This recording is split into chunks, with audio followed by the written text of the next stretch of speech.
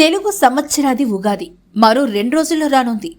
ఉగాది పండుగ అంటే అందరికీ ముందుగా గుర్తొచ్చేది ఉగాది పచ్చడి. ఈ పచ్చడి తయారు చేయాలంటే వేప పువ్వు ఖచ్చితంగా కావాల్సిందే.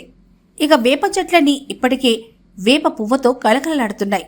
అయితే అక్కడక్కడ కొన్ని చోట్ల మాత్రం వేప చెట్లకు పూతే కనిపించడం లేదు. ఆయుర్వేదంలో వేప చెట్టుకి చాలా ప్రాధాన్యత ఉంది.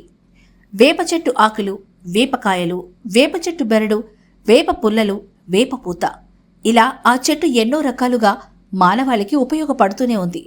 వసంతకాల సమయంలో వచ్చే వేప పూతని ఉగాది పచ్చడి తయారీలో వినియోగిస్తారు.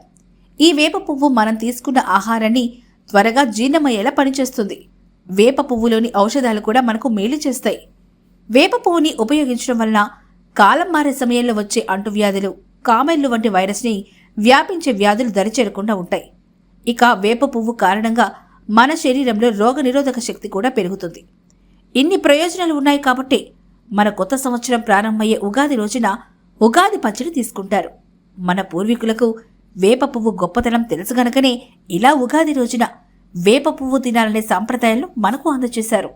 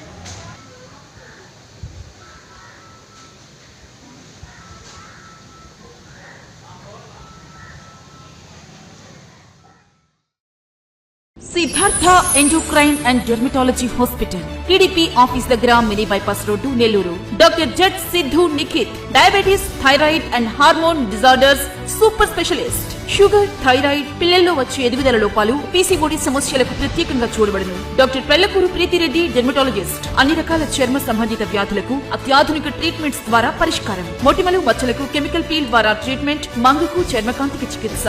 Siddhartha endocrine and dermatology hospital, TDP office దగ్గర, మినీ బైపాస్ రోడ్డు, నెల్లూరు.